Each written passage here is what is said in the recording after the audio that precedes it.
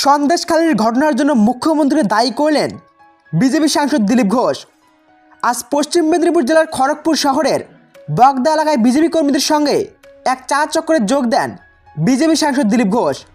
সেখানে তিনি সাংবাদিকদের মুখোমুখি হয়ে বলেন, স্থানীয় পুলিশকে যদি সেখান থেকে বদলি করা হয় তাতে কোনো লাভ হবে না, কারণ এটা পশ্চিমবঙ্গ সরকারের পলিসি।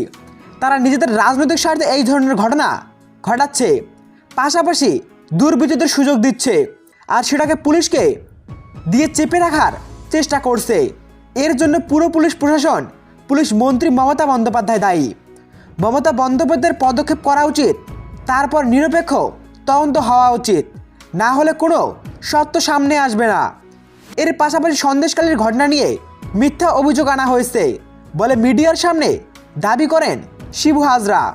এই প্রসঙ্গে দিলীপ ঘোষ বলেন, রোজ নতুন নতুন মুরগি খোঁজা হচ্ছে, কার ঘরে চাপানো যাবে? যারা শিবু হাজরার মতো সমাজবিরোধী ক্রিমিনাল, যারা স্থানীয় মানুষদের উপর অত্যাচার করেছেন, সরকারি পয়সা লুট করেছেন, তাদের তো আগে সাজা দিতে হবে। তারা কি করে প্রকাশ্যে ঘুরে বেড়ায়, কি করে ইন্টারভিউ দেয় চ্যানেলকে, এই কথার উত্তরবঙ্গ পশ্চিমবঙ্গের সরকারকে দিতে হবে। তার মানে তারা তাকে প্রোটেকশন দিচ্ছে যাতে গ্রেপ্তার না হয়। এইসব খুব বেশি দিন চলবে না, একদিন না একদিন তাকে আসতেই হবে আইনের সামনে। ফুসতে সন্দেশখালী ফের নতুন করে একাধিক প্রান্তে জারি হয়েছে 144 ধারা। এদিকে লোকসভা ভোটের আগে সন্দেশখালী কাণ্ডে প্রশাসনের ওপর নতুন করে চাপ বাড়াচ্ছে পদ্ম শিবির।